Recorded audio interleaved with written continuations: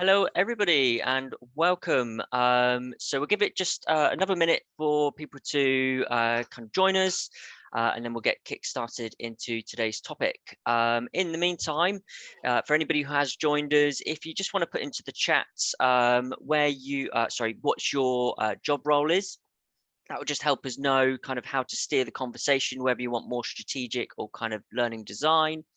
And also where you're joining us from as well would be great, just so that we know where everyone's dialing in from.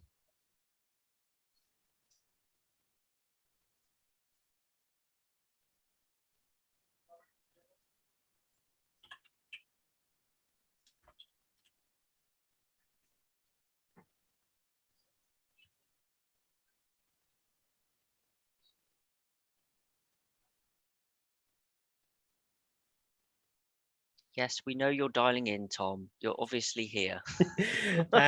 And yes, Elizabeth, if you want to drop your location in. So I'm in Swindon, if you didn't know. Not more specific than that, though. Otherwise, this is the internet. Yeah, we don't need specific addresses. Don't worry, guys. We're not going to start spam mailing you. Awesome. So Mike is joining us from West Wales as a learning advisor for social care staff. Matt from Norwich, Robin from Chester Zoo. Location, though, we need to know where that is. Ellison from Madrid, Jess from Northamptonshire. These are now coming in. Wow, very quickly. Christine from Bristol. Hello. Kasper joining in on the fun there with locations. Grant from Glasgow. Alistair from Derby. Sorry. Derby. Advance. Derby. There we go. I'm very well travelled, I'll have you know. L&D Technologies Coordinator from Dorchester. Hi, Simon. How you doing? Mohammed, thanks for joining us again. So this is going too quick now. I can't keep up. Stacey from Warrington. We've got Soggy West Sussex. Tanya, I'm sorry about the weather. North Wales from Michelle. Big up North Wales. And Morgan from Sweden. Hey, Morgan, how you doing? It's been ages since we've seen you around. It's nice to have you back. Great stuff.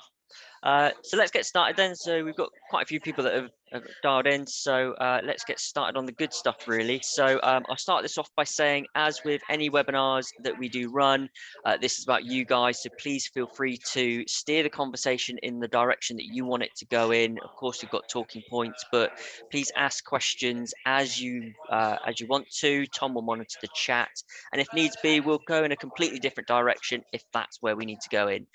But apart from that, let's start off with some quick introductions and then we'll get stuck in. So I'm Phill Lord David. I am the product manager for eLearning. So I've spent about 13 years in the L&D space, ranging from strategic roles, senior instructional designers, head of L&D, and eventually I've come into the product space. For those of you who don't know about eLearning, we are an off-the-shelf e-learning content provider that leverages animation and storytelling to basically convey actionable learning rather than theory-based. And we also work with our clients on how they can actually implement digital into their workplace and make it a success. So Tom, if you want to do a quick intro, and then we'll go to Kasper as well. Yeah, sure. So I'm Tom. I'm the senior ID at IAM. So I work with Phill to really make sure our content delivers, really, make sure it's actionable, make sure it's impactful, and work the development and the sort of creation team. Great stuff. And Kasper. Yeah, good afternoon. So my name is Kasper. I'm from Easgenerator. Working there already for like 11 years. And Easgenerator is a tool that a really simple authoring tool that facilitates subject matter experts to create e-learning by themselves. I'm in the learning space for a long time. Before this, I was representing a lot of learning technology in the Netherlands. And also before that, I have a background in learning. So that's why they call me in my company the e-learning dinosaur. Wow, been around that long, Kasper, have you? Great stuff. So let's get stuck in then. So today we're going to be talking about the good old buzzword about being agile. We're going to talk about what we kind of mean of that, and some real hands-on practical tips from both a strategic and design point of view when it comes to learning design. So let's kick this off then with, what do we actually mean by being agile? So it's really easy, I think, for L&D teams to get overwhelmed, isn't it? We are, and if more so than ever, an in-demand team that needs to support the business. But typically we are either very small teams and resource light and time poor. So how do we deliver on all of this great stuff that the company's wanting to deliver, but actually not be working 24 hours of the day? So Tom, let's throw it to you first. What's your definition of being an agile team or being agile in L&D? It's evolved over the years, I'm not going to lie. And I think I've become more keen on the idea over time. For me, it's all about that ability to adapt and change, and not stick to a rigid, but this was the plan kind of approach, which I think historically has been what has maybe bogged L&D down a bit. I know we're going to talk about that in a bit. So yeah, for me, it's all about that ability to, be light on your feet in terms of your approach, your strategy, your design, your development, your rollout. Everything should, as much as possible, be able to, at a moment's notice, go, let's do something different. Let's change, let's adapt, let's overcome. What about you, Kasper? What's your definition of kind of being agile in the L&D space as a learning dinosaur? My answer mainly comes from it's inspired by software. So we're a software development company, of course. So we develop a tool. And when I joined Easgenerator, I was used to working through the waterfall method with design and documents, and then you create something for a long time, and then you have something which you don't want. And that is, I think, the key thing for Agile for me. So you work in short iterations. So for example, at Easgenerator, we have a deployment every Thursday. So you work in sprints, short iterations, and what you do, you actually show what you created. So if you are, and that's something that doesn't happen a lot in the L&D space. So if you are working on a course, just find a few people who can be your audience in the future and show them what you make, and give that feedback. Because if you want what Tom was talking about, if you want to change things around, you need to have input for that to trigger that. So at the software, what we do, we have a demo. So every 2 weeks at the end of a sprint, the developers show what they built. And if you do just that as an eLearning developer, connect with your audience, see, okay, this is what we're doing, does it meet your need? Then that by itself is already like a huge change and makes it more agile. And the second part is what we do at Easgenerator, of course, is facilitating subject experts. And that gives a whole new dimension to Agile, because then instead of just showing stuff to your audience, you actually let the audience create the stuff, and then it becomes like a whole different ball game even. And it's interesting that you kind of bring up sprints, because it's something, like you said, L&D teams don't really use sprints, and certainly I've fallen foul of it in the past, where we just take too long to do stuff. A project comes in, and before you know it, it's been 6, 9, even 12 months before you maybe delivered on something, whether that's an LMS implementation, redoing your onboarding program, whatever it might be. So how do you, I guess, open questions to both of you guys, how do we take those concepts of those bigger challenges, not the kind of smaller pieces, but how do we take those bigger challenges and deliver quicker despite them not scaling down in size? How do we do that, do you reckon? Shall I first, or do you want to go, Tom? No, go for it. Jump in. So I think also a lesson I learned from software development there. What you do there is you have user stories that describe what you want to build. You cut them up as small as you can. But in Agile, one of the things is if you deliver something, it needs to be complete. So also for software, it needs to work, it needs to be documented, tested, everything. Same goes for e-learning. So what we do with software, sometimes it's not done after 2 weeks. So then you sort of deploy it, you deliver it, you demo it, but you don't make it visible in the software. And that's also what you can do with e-learning. So you can't create probably the course that normally takes 3 months in 2 weeks, but you can create milestones. So for example, you can create, like in the first, you have the outline and you present that. And then you have like maybe the graphic design and a couple other things. So you can set milestones, and every sprint deliver some things, but you can also create small courses and then also find out, is this enough content or do we need to expand on that? So it's both of those things. I think just on that last point there, and I think that is, for me, that's the real adjustment L&D needs to make in its mindset, is our default go-to solutions tend to be way more than what is actually needed. When you look around the industry and you say, what's exciting? And people want to talk about gamification and VR and the metaverse and all that stuff, regardless of what you may think of it. Those are the topics that people are getting excited about. But no one's going, do you know what I'm really excited about? Really effective, short, simple things that allow people to do their job well. But that's actually what we should be getting excited about. And I think actually that's, to me, if the issue is we can't get things out quick enough, that's where the focus needs to be, is going right back to step one and saying, what is needed versus what do I want to create? That's a really good one, Tom. Because so often, and everyone is guilty of it, right? Because we're all passionate, we love what we do, and so sometimes we want to build the cool thing, right? We've all done it. I know I have. But just asking that question on day one of the job will make your life a lot easier in terms of delivery.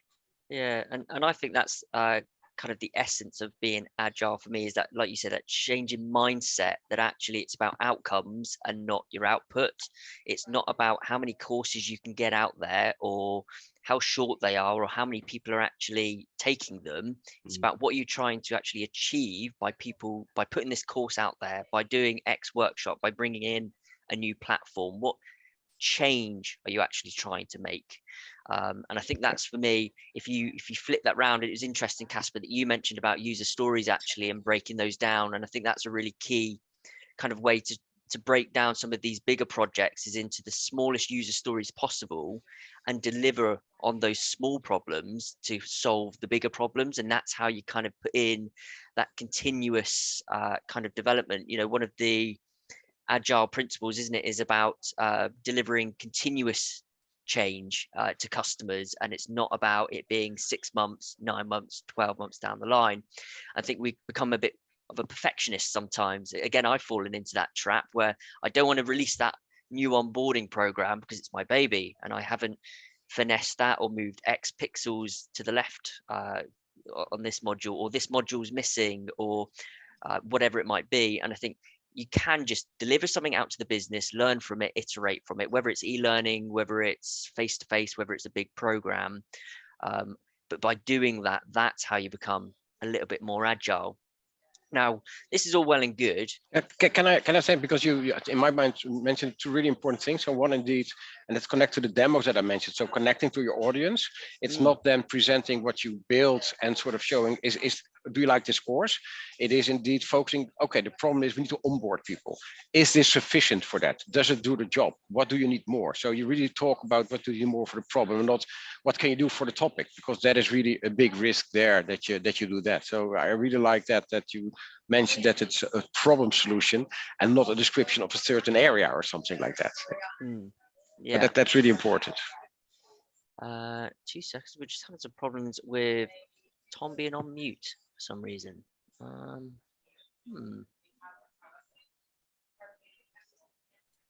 Thank you.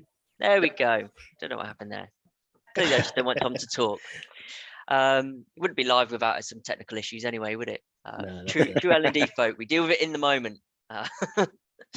So this is all well and good, like I said, but you know, at the end of the day, we've still got business and stakeholders that we need to deliver stuff for.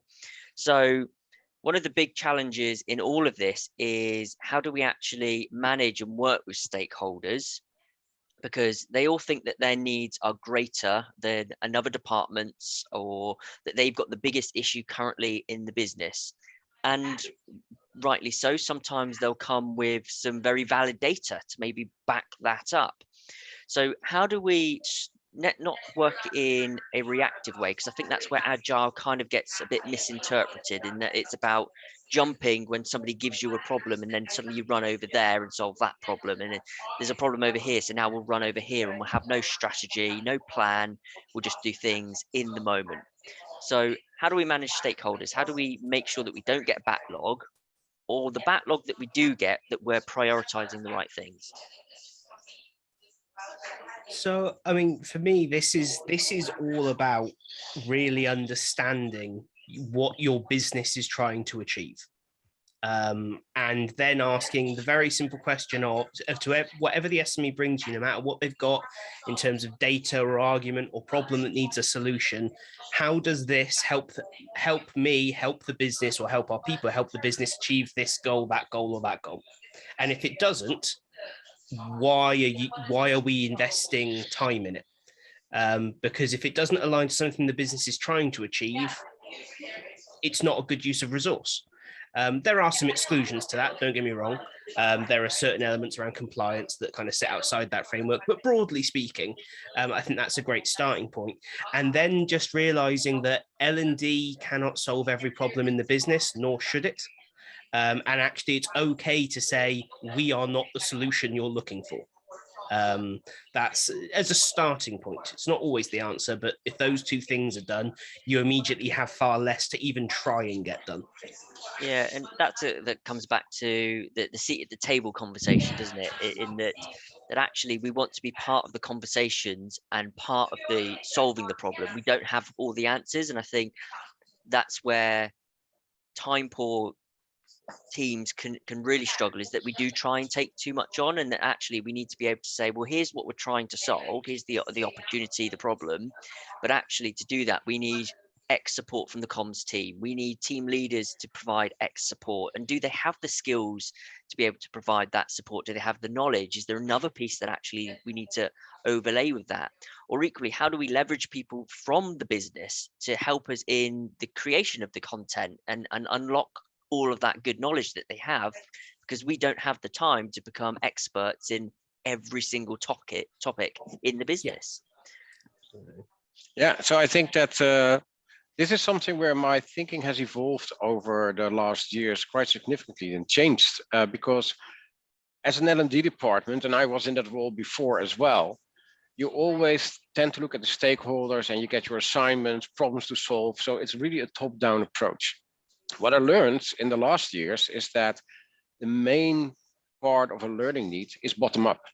So the thing that go top down, like compliance and security and all that, those are the must-haves, and that should be done top down, and then you need to follow the process. But in fact, your stakeholders are not the managers in the business. The majority of your stakeholders are the people in the business who try to make your company work. And that means that you have to have a completely different perspective what kind of problems you solve. And that also changes my perception on what an L&D department should do. So for the top-down part, you can do it like old school, although I think you have to do it agile anyway, but like you have a problem, you come with a solution and you're in charge. But for the rest, you're a facilitator. So the business needs to solve those problems itself. It's also the solution for your backlog, because you don't have the capacity to do everything, but they have the knowledge and they can actually create the content and they can actually help you solve the problem. And you're just there to guide them, to coach them for that part. And some companies that we work with, like for example, Danone, they actually state that it's only 5% of their content that is top down, 95% that needs to be created bottom up. So that is like a huge change of perspective. And the one thing that we forget with e-learning, and it was also what we just spoke about, if you create an e-learning course, no matter if you do that with Eddie or in an agile way, if you publish it, you're only halfway, or maybe even less.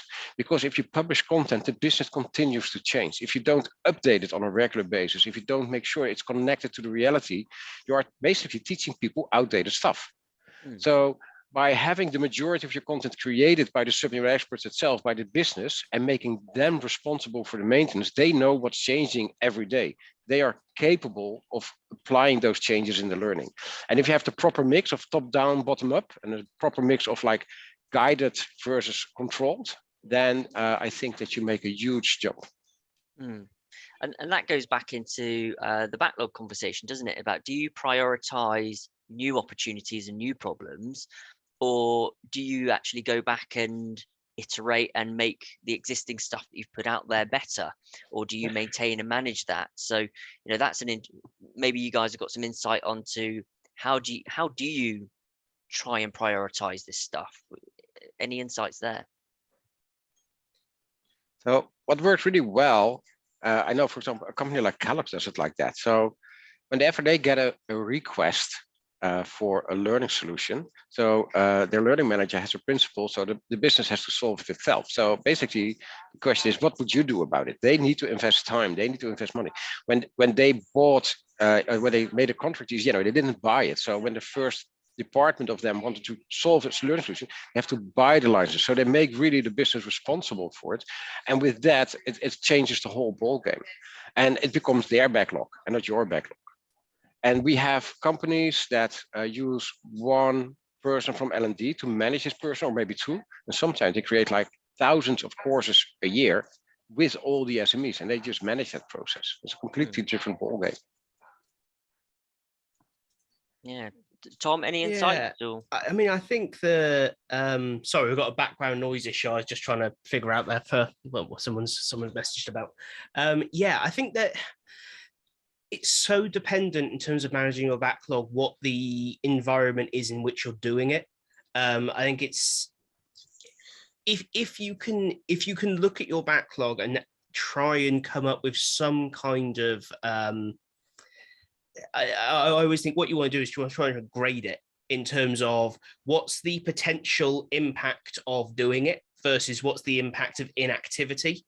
Because those usually the things that there's a potential gain, great, there's a potential gain, but the ones where you're avoiding a potential problem should probably be coming first, because they're your legal, health and safety, things that could go horribly wrong. And then, likelihood, and you need to ascertain what the business wants you to prioritize. So often we think about what L&D wants, but it kind of does still just go back to what is best for the business, what's the business trying to achieve, what will allow the business to function. That's what you prioritize. And anything that is there's a potential performance improvement of X. Is that a priority for the business, regardless of how loud the SME team is or whether or not the L&D team want to produce a course?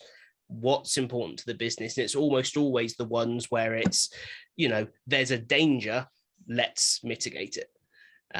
So that's where if I may add to that, because I totally agree with you setting that priorities, but indeed on top of that, if you then look at your prioritized backlog, and you look at things, which are the top-down issues that you like security and compliance that you mentioned. So, and that is what you take the lead in.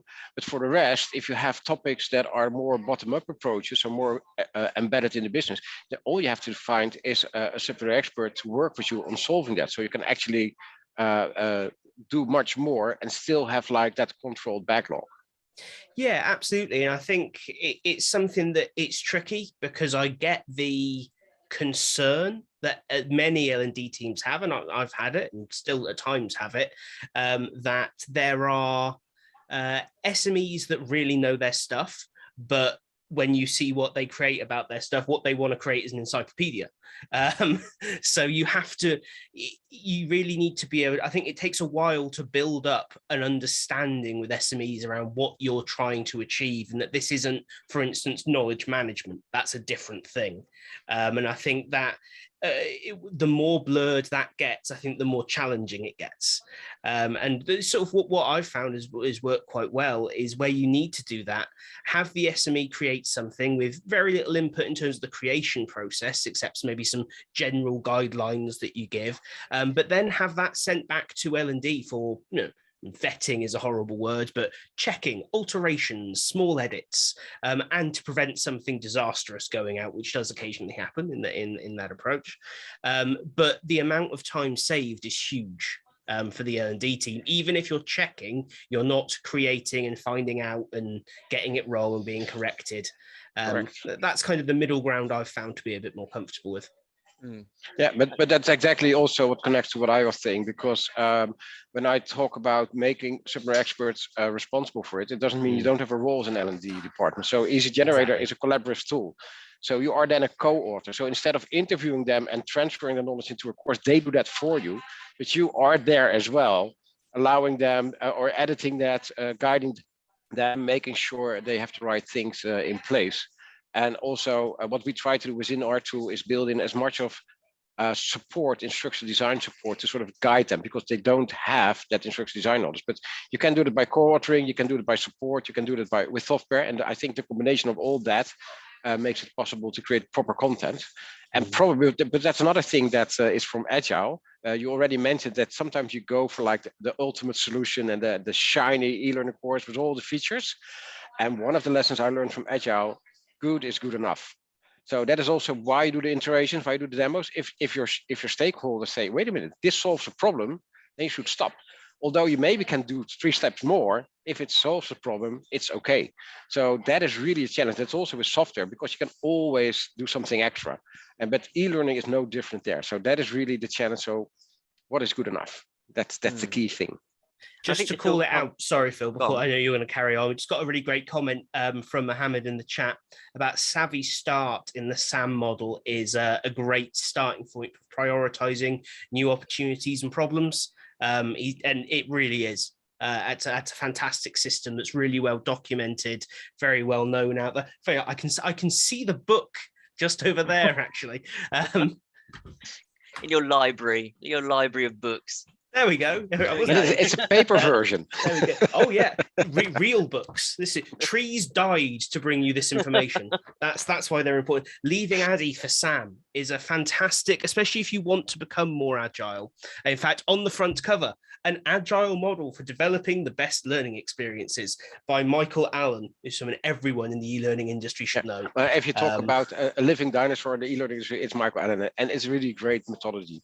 So he really was the first one who actually created an alternative for Addy, the waterfall model, with a really good instructional design approach, which is really, really impressive. I agree with you. Yeah. I think it's like the Agile e-learning Bible.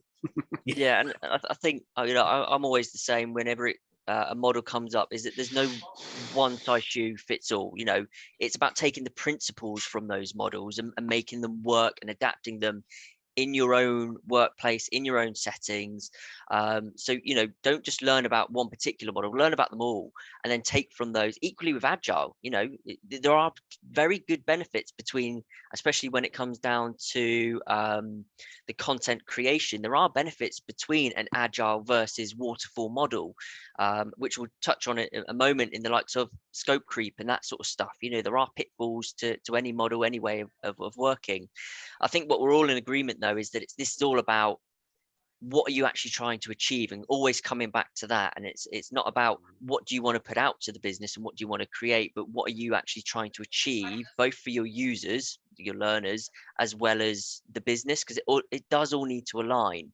So we'll just touch on briefly about kind of opportunity mapping, because that's kind of led us on nicely into this kind of validating piece, really, and kind of what we talked about right at the start about user stories. And that what you always want to really, for me anyway, break down is start thinking about frame everything and build your strategy more from a user story and what is it the opportunity you're trying to solve, rather than build out big strategies that kind of say we will deliver X feature on X date, X course, and on this particular date it will go for sign off, and this particular date it will be created, this particular date it will go live, this particular date will iterate.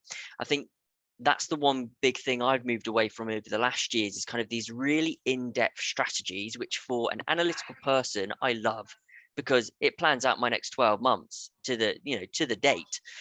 But what that doesn't allow you to do is it gets you put back into that kind of output mindset, doesn't it? That I need to deliver this output on this date, rather than thinking, does that still solve that original problem? Because strategy is one of those things that you put in place at the time that you figure out those problems, don't you? But 6 months, 9 months, 12 months, even 2 years down the line, those problems might look very different. And as we've already mentioned, you might have already solved it. So why keep going and adding more stuff on? Good is good enough. If you solved it, move on, rather than trying to make it perfect, because that's what was in your plan. So what we're looking at here, guys, is we won't go into this too much because it's a really in-depth piece. But there are great books out there that do talk about opportunity mapping.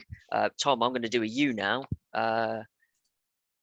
Here's one for you guys: Continuous Discovery Habits. This is a brilliant book that talks about opportunity mapping. And again, look, I'm cool because I've got a real book still.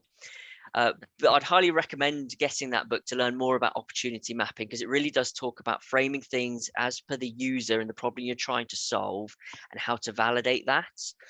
And I think for me, but once you've come up with these user issues and you know potentially what you want to do, what your solution is, the way that you prioritize is breaking it down into 4 key areas, and that's viability, feasibility, usability, and desirability. So essentially we say, how big is the problem?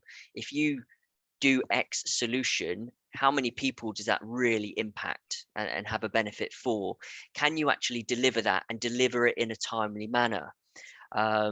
Is it still encompassing with what you're trying to solve, which is the viability side of stuff? Does it actually even meet your company goals and what your business is trying to do? And the more weighted that is, and it doesn't need to be this massive data driven exercise that takes months, I think you can still use a bit of gut reaction, a little bit of insight, and kind of be able to put enough case there to say, this is what the business wants to solve, which is in your green. Here's what the problems that our people are having, as we've broken that down into the smaller stories.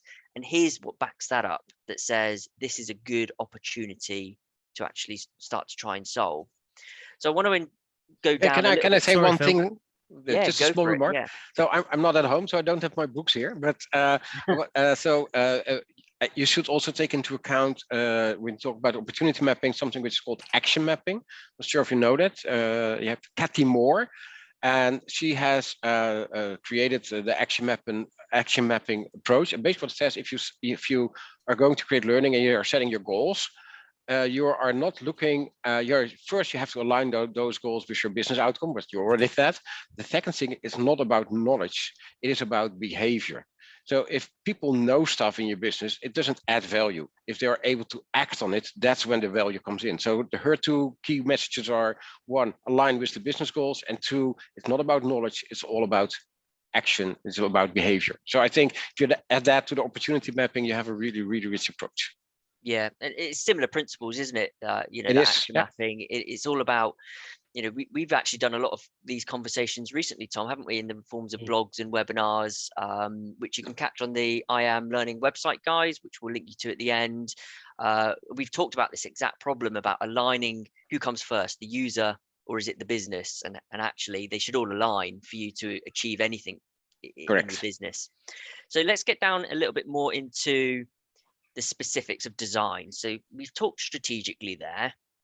So is this all about technology? Is it about tools? Is it about processes? So something I'd really like to kind of drill down into, which I think would be a good talking point here, is that Agile principle of that you welcome change in requirements even when you are mid-development, because that's a big thing in Agile. You know when to change tact. Now that often gets misinterpreted, I think, into a lot of unsolved solutions that you're midway through creating something and somebody says, well, we've got a bigger problem over here, so you run over there.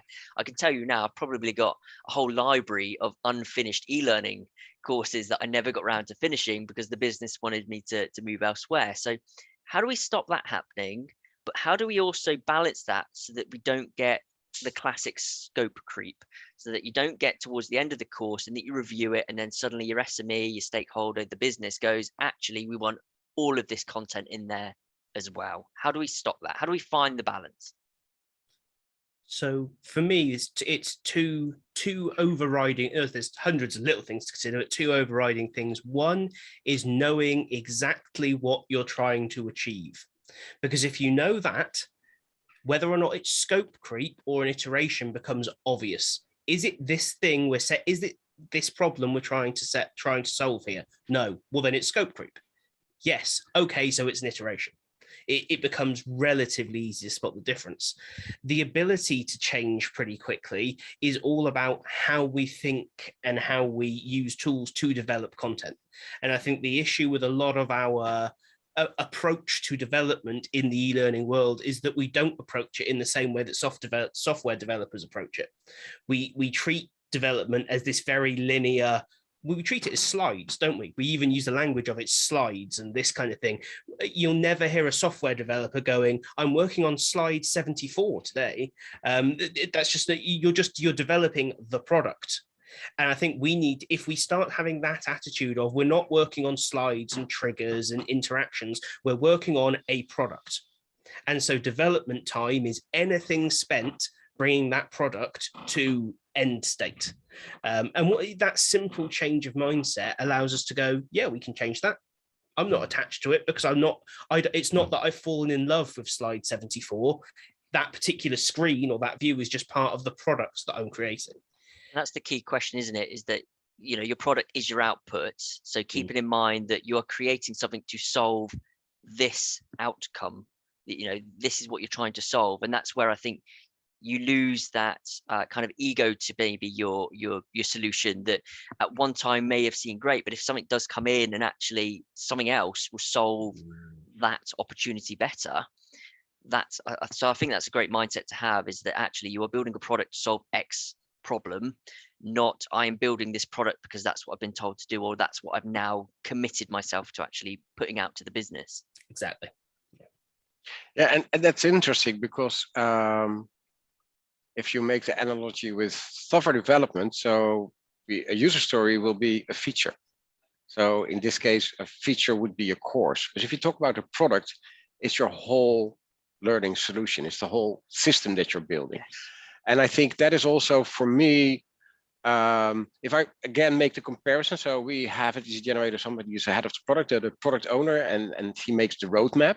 I think that is so, whether you create your content yourself, if you buy it from a third party, or if you have SMEs create it, I think the role of the learning and development department is to create that roadmap, to make sure that everything which is created is coherent and solves the total, because a business problem never comes alone. It's not one thing that you want to solve. So if I build one feature, I don't have a product. It's the whole thing that comes together. So I think that, and that is something that L&D is not doing. They are really looking at separate problems, and in our terms that would be then separate functionalities, and they forget about the whole picture, about the roadmap. How are you going to develop the whole system? And I think that is something, if you look at agile development and e-learning, something that we can learn a lot from, because that's something that's, in my mind, if I talk to L&D managers, usually is missing. They're focused on the parts and not on the whole. So how do we still make sure that we're solving some of the larger strategic issues maybe in the business, rather than focusing on the here and now? Because I think agile we can do very easily when we bring it down to small isolated problems. How do you still actually work all of that up to a 12-month, 18-month, or even I've seen 8-year strategies in businesses, which is absolutely fine. But how do you make sure that you find the balance? How do you deliver it all? Well, I think long-term doesn't exist anymore. So if I look at my world, so the companies, I'm sitting in our Dubai office. There are like 70 people here. This office didn't exist 40 months ago. So that's how fast your business changed. So and before we went to Dubai, we were in the Netherlands and in Ukraine, and a completely different mindset. So you know that if you make a plan, it will change. So you do, of course, you want to have the outlook, but you only make like your short-term plan as concrete as possible. And then still you have to have the mindset, it can change tomorrow. But making a plan for a year. So of course we make budgets and we make estimation, but we every week, every month things are changing. If you grow like 100% per year, the company in a year's time is completely different than it's now. And you can't look ahead. And I think that is also, in a business environment, the speed of change is increasing so much that it's impossible for you to predict that. So of course you want to have a rough idea, but and you want to have a goal, but you can't make the plan. So for example, we as a company, we follow a methodology called scaling up. And one of the things of scaling up is that you have a BHAG. And the BHAG stands for big, hairy, audacious goal. So if you are, for example, a mountaineer, your BHAG would probably be climbing the Mount Everest, but it's not where you start. So you start with a small hill. So that's the next thing you will tackle. And after the hill, a bit bigger hill. And so you go on and go on. And our BHAG is really simple. So we want to have 100,000 paying authors by 2025. And if we have to decide, is this functionality a good functionality for the product, for the whole? Then the question is really simple. Does it support the BHAG or not? And then you do it or not. It's as simple as that. But you need to have something, sort of guidance, So you don't have like the roadmap for 5 years ahead, but you know where you want to be, sort of. And the nice thing of a BHAG is, as a mountaineer, maybe I never reached the top of the Mount Everest, but it is the road that you're sort of, it gives you direction in your choices. And that is what you need, because you don't know what's happening 4 mountains ahead. So it's having a vision, isn't it? I think having a Correct. vision of what you want to be able to do that aligns to what the business is wanting to achieve.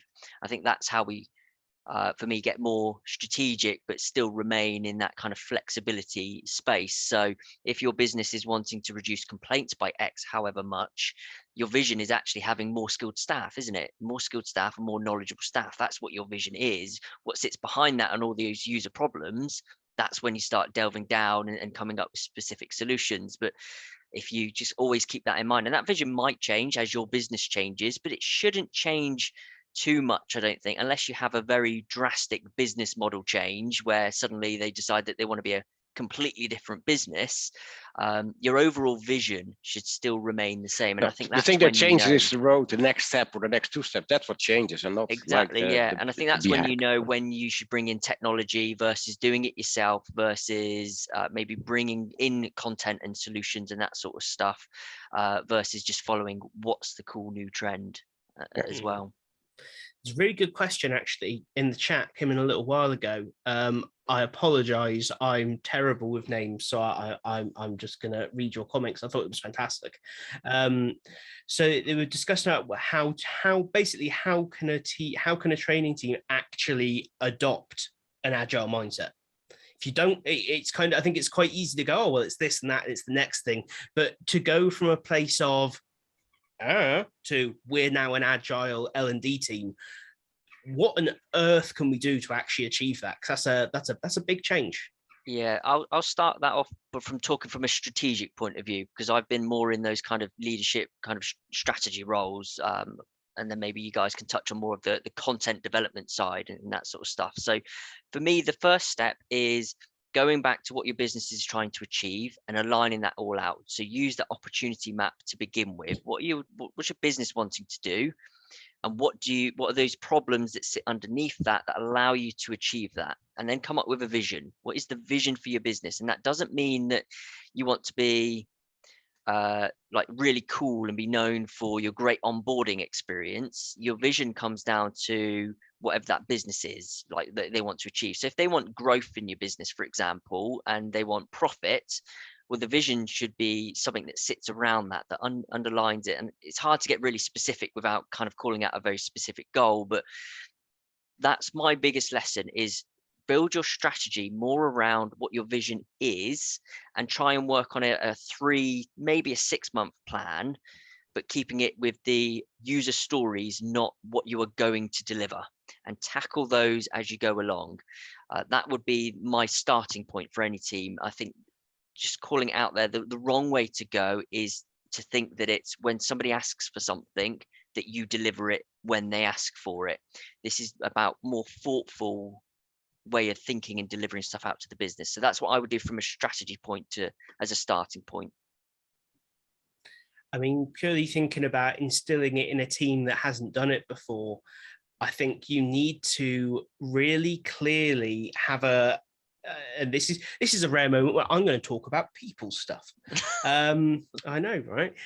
You need to actually sit down and talk to your team and make sure that people understand what Agile is and isn't, why you're making that change, because there will be, in a lot of cases, resistance, because when done badly, which is what I would suggest many agile implementations are done badly, because it is just do it now turn on a dime and do this instead, put that on pause and do that, and nothing ever gets done.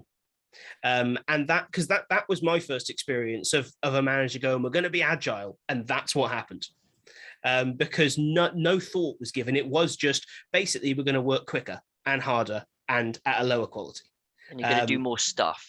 You know, that's exactly. Again, what Agile is, and it's not about having the skills to do everything, and so therefore you can switch between what jobs you're doing. Actually, the smarter way to be agile sometimes is to say, actually, you are focused on X job in this team, and you're focused on design, you're focused on development, you're focused on strategy, if you've got that luxury of being a larger team. But actually that becomes more agile because people can sit down and focus on one specific thing, can't they? You know, This is it. do one thing, solve it, kind of move on. Don't try and do 5, 6, 7 different things in your business. And the end of what I was going to say, actually, Mohammed's just picked up in the chat, which is about, at the end of that conversation, use a system like OKRs to make sure that everyone is aligned. I would 100%. argue that without alignment at every single level, it will fall apart. That is got to be step one, is total alignment about what you are doing and why. Yeah, I think that indeed there are a couple of things here that are really important. So indeed, what we talked about, cutting things up in small things, making it measurable, like with OKRs, so it's also really, really important. So, but I think that one of the key things for me would be opening up. And that goes both for if you look at it from software development, agile perspective, and e-learning development. Very often we get an assignment and we sort of go inside and come up with the solution ourselves and produce that, and it's just like really close. And I think it is all about, for if we develop software, we have a new feature, we first talk to customers, we create mock-ups, we show those mock-ups. So you try to get the feedback. And the thing is that if you realize that you don't have the answer, you're a part of the solution.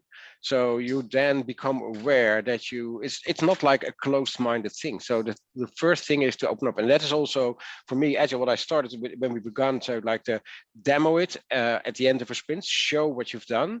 That is so key, because with that you make the connection to the business, to your stakeholders, and is it actually solving the problem? And just that perception by itself is a huge change. I think that would be for me like the main thing. And that is like a mindset shift that is pretty hard to make, because it's not what you're taught. And I think that for me is the key of Agile. It's not about you, you're just part of the solution. Follow up actually from the same person that asked a question around, can we suggest a video that best describes how Agile will bring change, as they'd like to share it with their team when making that change?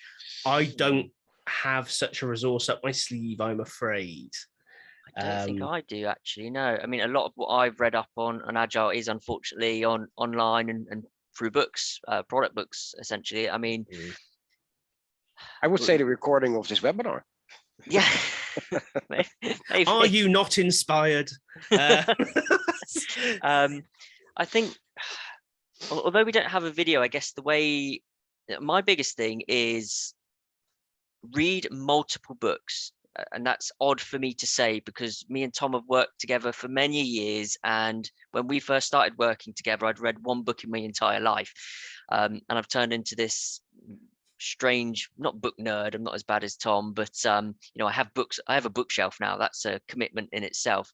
So along with the continuous discovery habits, they're not L&D related, you know, they are product related, but I think there are great comparisons actually from the product space and tech development and L&D development, and that's why I've read so much about it. So another great book would be Inspired. This is a great book about kind of tech development, agile, and how to deliver value to customers and your business. So that's inspired by Marty Gagan. And another one, I promise I've not pre-prepped these, I've just always got them on my desk because I refer to them all the time. But another good one is the product book.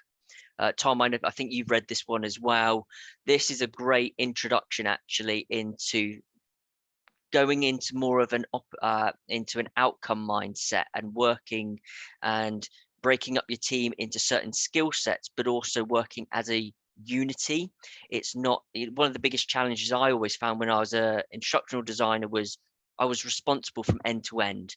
And when you're responsible from end to end, it's hard to try and bounce ideas off or for somebody to say, no, that's not the right idea because you're a single entity. But that at least that will get you thinking into that more business mindset of way of thinking, even if you are doing all three roles of design, development, and the management of it. that gets you thinking more into a business mindset and stepping out of the specific content creation. So Yeah. I would And say maybe just read loads. I would say go back to the roots. So if you talk about Agile with software development, there is something which is called the Manifesto for Agile Software Development. It's sort of like a very short statement with the key things, what makes things Agile. And if you want to change your team, don't look at the complex book, just look at those thoughts and start thinking about how would they work for us. And there's also something like an Agile Learning Manifesto. People, and by the way, a lot of people that were mentioned today actually were participating in that Agile Learning Manifesto. So they made sort of a translation. So what does that those Agile principles mean for learning? And if you just look with that and start thinking with your team, how do they apply? Do we connect to this? Is this valid for us or not? Then you have like a great way to start, and also to get an idea what kind of mindset change you need to make. Because if you read a book, you have a lot of details, but then you really talk about the core change that you want to make. So I would say go to the manifestos. They're a great starting point. Mm. I just saw actually somebody put in the chat about a Coursera course, and actually that's the other thing as well, is I've done a few Udemy courses actually that are really good for product management. They get really specific as to whether you want to be talking about roadmaps and strategy or visions and that sort of stuff. I think there's some great stuff in there if you look in the product management world that we can take from a senior leader point of view anyway. If you're dealing with that strategy, the vision and prioritization, Udemy do have some really good courses on there, I think, from a personal opinion anyway. I see more great suggestions like the Simon Sinek why thing, and also Jay Knapp, sprints. I think those are all great resources indeed.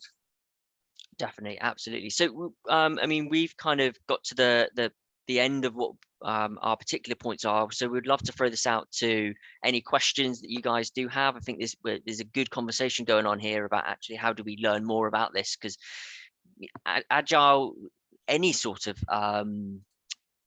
kind of project management flow, whether it's Agile, Scrum, Waterfall, they've all got benefits, pitfalls, and the more you know about them, I think that's when you can start using the right one at the right time, or even taking ethos and doing blends of them. So if anybody's got any other questions at this point, let's open it up and see what else we've got.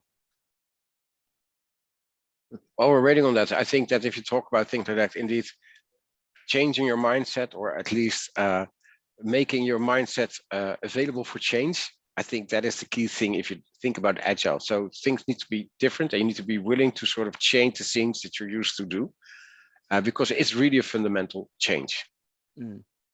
Trial and error as well, actually. Read it from a book or a video, whatever, and actually try it, see if it works, and then adapt it. I've tried some of these methodologies and I've fallen flat on my face because I took them too literal.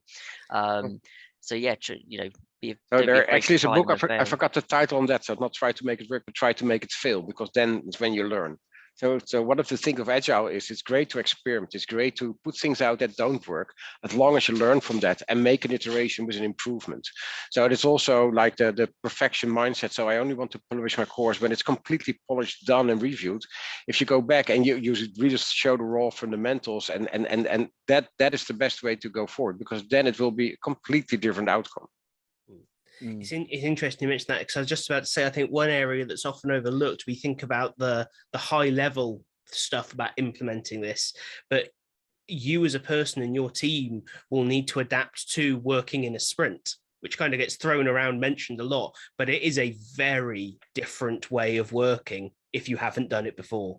Like, it will feel just bizarre. I can't even quite describe it. When you first do it, you kind of sat there going, so but there's this end line that isn't the end of the project. It's almost an artificially implemented end date, when you kind of going, it's okay if it doesn't work and it's not finished and it's got problems, but that's when we're going to stop and get feedback. It's a real head twist if you haven't done it before. So give it time. You're not going to run your first sprint and it go perfectly smoothly.